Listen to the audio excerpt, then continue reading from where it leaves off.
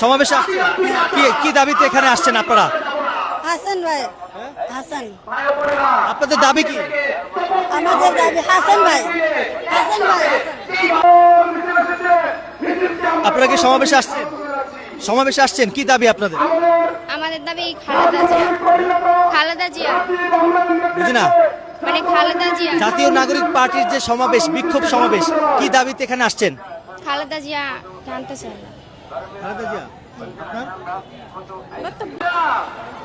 আজকে আমরা এখানে দাঁড়িয়েছি, আপনারা কি দাবিতে এখানে আসছেন? একটা দায়বদ্ধতা আছে। আপনাদের দাবি কি?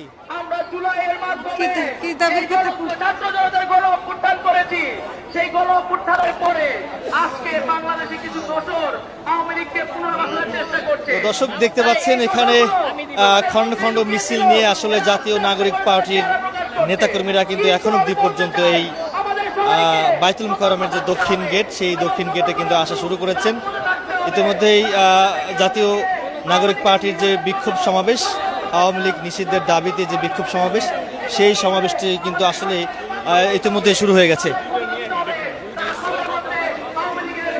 দর্শক, আমরা আরো কয়েকজনের সঙ্গে কথা বলবো। আজকে জাতীয় নাগরিক পার্টির যে বিক্ষোভ সমাবেশ, কি দাবিতে এই বিক্ষোভ সমাবেশ, সেটি আসলে জানার চেষ্টা করবো। আমাদের সাথেই থাকুন।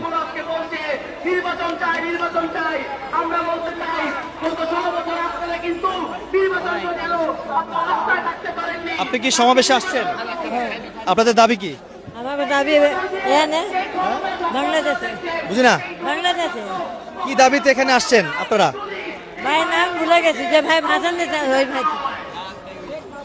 আওয়ামী লীগের বিচার হওয়ার মাধ্যমে এই বাংলাদেশে একটা সুষ্ঠু নির্বাচন সম্ভব।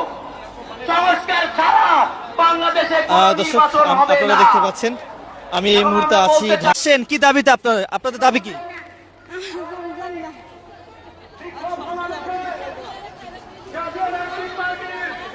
আমরা আরো কয়েকজনের সঙ্গে কথা বলার চেষ্টা করব।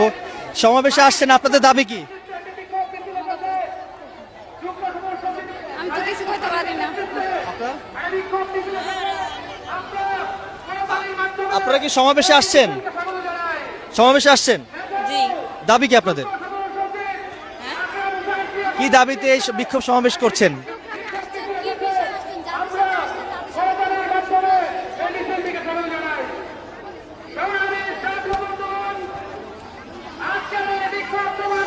দর্শক, আপনারা দেখতে পাচ্ছেন জাতীয় নাগরিক পার্টির বিক্ষোভ সমাবেশ থেকে সরাসরি যুক্ত করেছি